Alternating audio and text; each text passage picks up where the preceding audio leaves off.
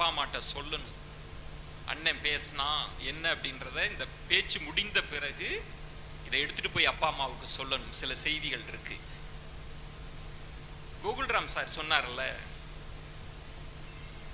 அப்பா பாராட்ட மாட்டாரு. உண்மைதான், எல்லாருக்கும் அந்த தாட் இருக்கும். நம்ம அம்மாட்ட தான் பேசுவோம், அப்பா பாராட்ட மாட்டார் அப்படின்னு. நான் லேட்டஸ்டா புரிஞ்சுக்கிட்டது, அப்பா பாராட்டுவார், அப்பா சந்தோஷப்படுவார். உங்கள்கிட்ட இல்லை, அவங்க நண்பர்கள்ட்ட, சொந்தக்காரன்ட்ட பேசி பேசி புலகாயுதம் அடைவார் அப்பா. என் பையன், என் அப்பா என்னை பாராட்டினதே கிடையாது. ஆனா அவரு எனக்கு கொடுத்த கிரெடிட் என்ன தெரியுங்களா? ஊரு பூரா அவர் எப்படி அறிமுகப்படுத்திக் கொள்வார் தெரியுங்களா? நான் விஜயனோட அப்பான்னு தான் அறிமுகப்படுத்திக் கொள்வார். அதுதான் பாராட்டு. பிள்ளைகளே, நான் பேச்சை தொடங்குறதுக்கு முன்பு ஒன்னு சொல்லி தொடங்குறேன். கொஞ்சம் எல்லாரும் அஸ் அ ஃப்ரெண்டா பேச போறேன், என்ன கவனிங்க. எந்த டிஸ்ட்ராக்ஷனும் இருக்கக்கூடாது. நான் பேசுற கொஞ்ச நேரம் எந்த டிஸ்டர்பன்ஸும் எனக்கு இருக்கக்கூடாது. அப்படி இருப்போம் அப்படின்னா அஸ் அ ஃப்ரெண்டா எனக்கு ஒரு ப்ராமிஸ் பண்ணுங்க. ஒரு நல்ல கைத்தட்டல் கொடுங்களேன், எனக்கு ஒரு ஃப்ரெண்டுக்கு கொடுங்க. Okay, thank you. அப்பான்ற இடத்தில் நான் ஒன்று சொல்றேன் உங்களுக்கு, அதை சொல்லி ஆரம்பிக்கிறேன். சார் சொன்னப்ப எனக்கு ஞாபகம், 1ஆம் தேதி நியூ இயர் செலிப்ரேஷன். எங்க அண்ணன் ஃபாரின்ல இருந்து வந்தான், இன்னொரு அண்ணன், அக்கா, சொந்தக்கார பசங்க, அண்ணன் பசங்க, அக்கா பசங்க, ஒரு 25 பேர் எங்க வீட்டுக்கு வந்துட்டாங்க. நியூ இயர் அன்னைக்கு ஒரு பெரிய பார்ட்டி, போய் நான்வெஜ் சாப்பிட்டு இஷ்டம் போல் நைட்டு பூரா செலிப்ரேட் பண்ணி வீட்டுக்கு வந்தோம்.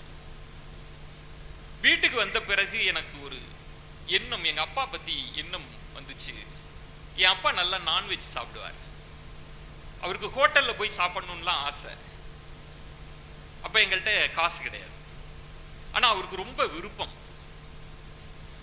எங்க அண்ணன் பெரிய வீடு, பல கோடிகள்ல வீடு கட்டியிருக்காப்ல. நான் நினைச்சேன், எங்க அப்பா இல்லையே, என் அப்பா இதெல்லாம் ஆசைப்படுவார். இன்னைக்கு பணம் கொட்டி கிடக்கு, அண்ணன் ஃபாரின்ல இருந்து இருக்காரு, இவ்வளவு பேர், அப்பா இல்லையே, அப்பா இதெல்லாம் அனுபவிக்கலையே, என்னடா லைஃப் இது, இவ்வளவு சம்பாதிக்கிறோம், இவ்வளவு இடத்துக்கு நம்ம அப்பா இல்லாம போயிட்டாரே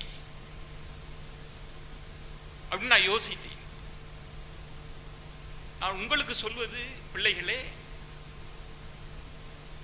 நீங்க எல்லாரும் பெண் பிள்ளைகள்லாம் ஒரு உறுதியோடு இருப்பீங்க, எனக்கு தெரியும். அம்மாவை நகை இல்லையா, அம்மாவுக்கு நம்ம நகை வாங்கி தரணும், அப்பாவுக்கு நம்ம ஸ்கூட்டர் வாங்கி தரணும், வீடு கட்டி தருவேன், அப்படி இருப்பாங்க உறுதியோடு. நான் பார்த்துருக்கிறேன், கூலி வேலை செய்யற அப்பா அம்மா பசங்களுக்குள்ள அப்படி வைராக்கியம் இருக்கும், சொல்ல மாட்டாங்க. நான் உங்களுக்கு சொல்கிறேன் பிள்ளைகளே,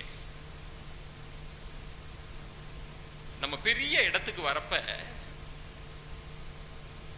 நம்ம அப்பா அம்மா சில நேரங்களில், எனக்கெல்லாம் இல்லை, நம்ம ஜெயிச்சதை பார்க்க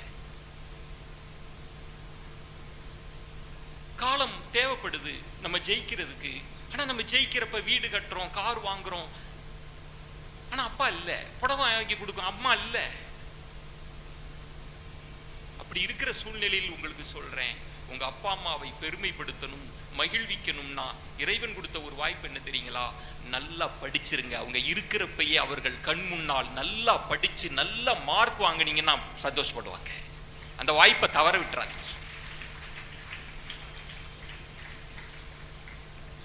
அப்பா அம்மாவோட பெரிய ஆசை என்ன தெரியுமா?